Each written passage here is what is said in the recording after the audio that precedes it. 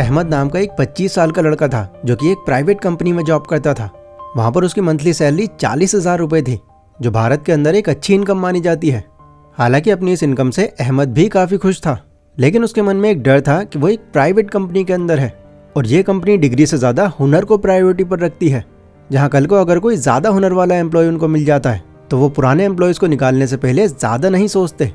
इसके अलावा उसके पास कोई भी ऐसा सोर्स नहीं है जहाँ से एक भी रुपया कमा सके वो। अहमद का वहाँ पर एक दोस्त था सुमित नाम का, जो महीने के 90,000 रुपये कमाता था। सुमित उसी कंपनी के दूसरे डिपार्टमेंट में मैनेजर का रोल संभालता था। सुमित के अंदर एक खास बात यह थी कि उसमें हुनर काफ़ी ज़्यादा था और इससे वो हर टाइम काफ़ी कॉन्फिडेंट नज़र आता। उसे देखकर ऐसा लगता कि मानो उस पर किसी भी तरह का प्रेशर नहीं है। ऑफिस में सबसे ज़्यादा अगर कोई चिल माइंडेड इंसान था तो वो सुमित ही था। अब एक दिन सुमित कॉफ़ी लेने के लिए कैंटीन में जाता है एंड वहाँ पर वो देखता है कि अहमद किसी गहरी सोच में बैठा हुआ है। सुमित अपनी कॉफ़ी लेकर अहमद के पास ही बैठ जाता है एंड उससे पूछता है कि अहमद, इतनी गहरी सोच में क्यों भाई, कोई प्रॉब्लम हो गई क्या? अहमद बोलता है कि यार सुमित क्या बताऊँ, मैं डर में जी रहा हूँ। डर? किस बात का डर? सुमित, तुम्हें तो पता ही है इस कंपनी के जो ऑनर हैं वो कितने स्ट्रिक्ट हैं।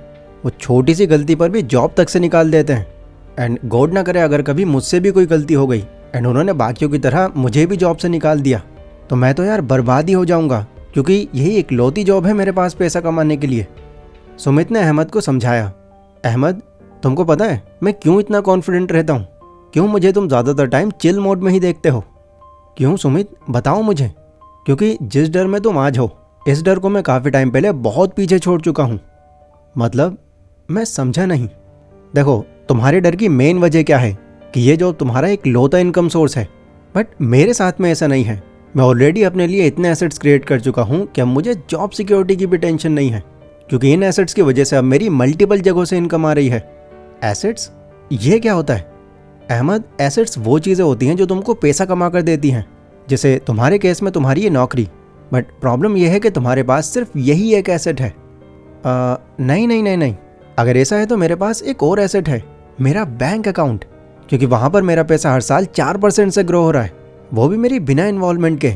ये है ना मेरे लिए एसेट। अहमद, ऐसा तुमको लग रहा है, बट अगर तुमने अपना बचा हुआ सारा का सारा पैसा बैंक में रख रखा है तो वो तुम्हारे लिए एक एसेट नहीं, एक लायबिलिटी है जो तुम्हारा लॉस करा रही है। वो कैसे? देखो, एक सिंपल सी कैलकुलेशन से मैं समझाता हूँ तुमको। तुम्हारा बैंक तुमको हर साल 4% इंटरेस्ट दे रहा है, यानी अगर तुम्हारे बैंक अकाउंट में 1 लाख रुपए हैं तो 1 साल के बाद तुमको उन पर 4,000 रुपये मिलेंगे। बट इधर अगर तुम महंगाई को देखो तो यहाँ पर हर साल 7 से लेकर 9% तक का जंप आ रहा है। यानी इस साल अगर तुम्हारे राशन पानी और ज़रूरत की चीज़ों की कीमत अगर 1 लाख रुपए है तो अगले साल तुमको इतने ही राशन पानी और ज़रूरत की चीज़ों के लिए लगभग 1,08,000 रुपये चाहिए होंगे। तो अब तुम समझो, इनडायरेक्टली तुम्हारे बैंक के अंदर उन पैसों की वैल्यू बढ़ नहीं रही, उल्टा कम होती जा रही है। हाँ, ये तो मैंने सोचा ही नहीं। लेकिन अब तुम ही बताओ सुमित, मैं और कौन कौन से एसेट्स क्रिएट करूं जिससे मुझे भी तुम्हारी तरह अलग अलग जगहों से रेगुलर इनकम आती रहे। देखो, मैं तुमको वो एसेट्स बता देता हूं जो मैंने खुद के लिए बनाए हुए हैं। इन्हीं में से तुम डिसाइड कर सकते हो कि तुम्हारे लिए कौन सा बेस्ट है। मेरे पास अभी के टाइम में 4 एसेट्स हैं जहाँ से मुझको फाइनेंशियल तौर पर या तो रेगुलर इनकम आ रही है या इनकम बढ़ाने के रास्ते खुल रहे हैं। एंड इसमें सबसे पहला एसेट है मेरी एजुकेशन। सालों पहले जब मेरी इस कंपनी में ज्वाइनिंग हुई थी तो मुझे भी इस बात का अंदाज़ा था कि शायद ये जॉब मेरे फ्यूचर के लिए 100% सिक्योर नहीं है। तो मान लो मेरी भी वही कंडीशन थी जो आज तुम्हारी है, बट कुछ ही टाइम के अंदर मैं समझने लगा कि अगर मुझे यहाँ पर लंबे टाइम तक टिके रहना है तो मुझे अपनी स्किल्स के अंदर सबसे बेस्ट होना पड़ेगा। यहाँ पर मेरा सबसे पहला काम सेल्स एग्जीक्यूटिव का था, जहाँ मुझे कंपनी के लिए पर डे के हिसाब से सेल्स निकालनी थी। अब उस टाइम मेरे साथ में जितने भी कलीग्स बैठे हुए थे वो सेल्स निकालने के लिए वही पुराने घिसे पिटे तरीके अपना रहे थे। तो मैंने यहाँ पर इनको फॉलो करने की जगह अपने नए तरीके ईजाद किए, जिनके लिए मुझे कुछ बुक्स और कुछ कोर्सेज बाय करने पड़े। डेफिनेटली यहाँ मेरा पैसा तो खर्च हुआ, लेकिन मुझे ये क्लियर था कि मेरी ये इन्वेस्टमेंट मेरे लिए आगे चलकर एक एसेट की तरह काम करेगी। और सच में ऐसा हुआ भी। उन बुक्स और कोर्सेज को अच्छे से सीख लेने के बाद मैं ह्यूमन साइकोलॉजी से लेकर persuasion, story telling, empathy, negotiation, इन सब चीज़ों को इतनी सफाई से यूज़ करने लगा कि सामने वाले के पास कोई रीज़न ही नहीं बचता था कि वो क्यों हमारा प्रोडक्ट ना खरीदे। एंड इसी के चलते मैं अपने बाकी सारे कलीग से कहीं ज़्यादा सेल्स निकाल पाता था। तुम यकीन नहीं करोगे, बट मेरा 1 साल के अंदर 3 बार प्रमोशन हुआ था। एंड आज तो तुम मेरी पोजीशन और सैलरी देख ही रहे हो। अभी भी अगर मुझे लगता है कि मुझे कुछ और भी सीखना चाहिए तो वहाँ मैं खुद पर इन्वेस्ट करने से पहले ज़्यादा नहीं सोचता, क्योंकि ओवर द टाइम वहाँ पैसा लगाना मेरी ग्रोथ में ही काम आता है मुझको। सो ये था मेरा पहला एसेट। अगला एसेट जो मुझे पैसा बना कर देता है वो है घोस्ट रेंटिंग। अहमद ने हैरान होकर पूछा, क्या तुम भूतों से किराया लेते हो? अरे नहीं, मैं समझाता हूँ तुमको ये क्या है। देखो, तुमको भी पता है कि अगर तुम्हारे पास कोई स्पेस है, कोई हॉल या कोई घर वगैरह, तो तुम उसको रेंट पर देकर अच्छे पैसे कमा सकते हो। बट रेंट पर देने के लिए एक अलग घर खरीदना, इसको हर कोई अफोर्ड नहीं कर सकता। And to be very honest, मेरे पास भी फिलहाल इतने पैसे नहीं हैं कि 50-60 लाख रुपए लगाकर मैं कोई दूसरा घर खरीद सकूं। मेरी तो टोटल सेविंग्स ही 10 लाख रुपए की थी, जो मैंने लगभग 2 सालों में जमा की थी। लेकिन फिर भी मैं रेंटल इनकम कमा रहा हूँ। पर कैसे? अहमद ने बड़ी हैरानी से पूछा।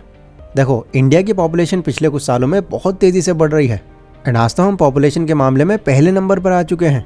एंड इसी को देखते हुए मुझे ये सालों पहले ही अंदाज़ा लग गया था कि आने वाले टाइम में रियल एस्टेट की डिमांड काफ़ी बढ़ने वाली है। लोगों को रहने के लिए घर चाहिए होंगे, जगह चाहिए होगी। बट अगेन, हर कोई अपना खुद का घर अफोर्ड नहीं कर सकेगा। तो मेरे और मेरे 4 कलीग्स ने मिलकर 10-10 लाख रुपए अरेंज किए एंड 50 लाख की इन्वेस्टमेंट में एक ज़मीन लेकर उस पर 5 मंजिला फ्लैट तैयार करवा दिया। वो फ्लैट जब पूरी तरह बनकर तैयार हो गया तो उसके हमने हर एक फ्लोर को 13,000 रुपये मंथ के हिसाब से रेंट पर देना शुरू कर दिया। अभी लगभग 6 साल बाद मैं उस रेंटल इनकम से 9,36,000 रुपये रिकवर कर चुका हूँ। एंड अगले साल में इस फ्लैट के साथ साथ इसकी पूरी इन्वेस्टमेंट रिकवर कर चुका हूँगा। फिर इसके बाद इसकी रेंटल इनकम एज प्रॉफिट मेरे पास आएगी। तुम ये मानो, मुझे इन 6 सालों में मेरी 10 लाख रुपए की इन्वेस्टमेंट पर 9.5 लाख रुपए का प्रॉफिट हो गया। इनफैक्ट अब तो मेरी प्रॉपर्टी की कीमत भी बढ़ गई है। अब एक बार के लिए ज़रा इमेजिन करो, अगर ये 10 लाख रुपए मैंने यहाँ लगाने की जगह सेविंग्स अकाउंट में रख दिए होते एंड मान लो अगर मुझे उन पर 5% भी इंटरेस्ट मिल रहा होता, तो मेरे ये 10 लाख रुपए 6 सालों के बाद कंपाउंड होकर 13,40,000 के आसपास बनते। मतलब 10 लाख रुपए पर 3,40,000 रुपये, देख रहे हो, आधे से भी कम। तो इसीलिए ये रेंटल इनकम मेरा दूसरा बड़ा एसेट है। मेरा अगला एसेट जो मैंने अभी हाल ही में बाय किया है वो है एक लिमिटेड एडिशन गोल्ड वॉच, जो कि 5 लाख रुपए की है। अहमद ने फिर से सुमित को टोक दिया, अब ये तुम्हारे लिए एसेट कहाँ से हुआ? अरे यहाँ तो तुमने पैसे बर्बाद कर दिए, तुम तो शो ऑफ कर रहे हो। मेरी घड़ी देखो, 250 की है, बट टाइम वही बताती है। अहमद, 3 इडियट मैंने भी बहुत बार देखी है, ये डायलॉग मुझे भी पता है। बट इस घड़ी को लेने का पर्पस मेरा शो ऑफ करना नहीं है, मेरा सीधा पर्पस इस घड़ी के थ्रू प्रॉफिट कमाना है। अच्छा, वो कैसे? देखो, मैंने इसको इसलिए बाय किया है क्योंकि ये घड़ी गोल्ड से बनी है और गोल्ड के दाम हर साल 10 से 11% से इंक्रीज हो रहे हैं। तो इस 5 लाख की घड़ी को अगर मैं अगले 5 साल भी अपने पास रखता हूँ तो उस वक्त मेरी इस घड़ी की वैल्यू कंपाउंड इंटरेस्ट लगाकर लगभग 8,42,000 के आसपास होगी। एंड दूसरा, ये एक लिमिटेड एडिशन वॉच है जो काफ़ी रेयरली लोगों के पास मिलेगी, तो इससे इस घड़ी की वैल्यू और भी ज़्यादा बढ़ जाती है। तो ये कमोडिटी तुम मान सकते हो मेरा अगला बड़ा एसेट है, जो फ्यूचर में मुझे मेरी इन्वेस्टमेंट पर काफ़ी अच्छा प्रॉफिट देगा। अहमद ने सुमित से पूछा, सुमित एक बात बताओ, अभी तुम्हारी सैलरी 90,000 रुपये है, 13,000 रुपये तुमको रेंटल इनकम आती है, टोटल होते हैं 1,03,000 रुपये।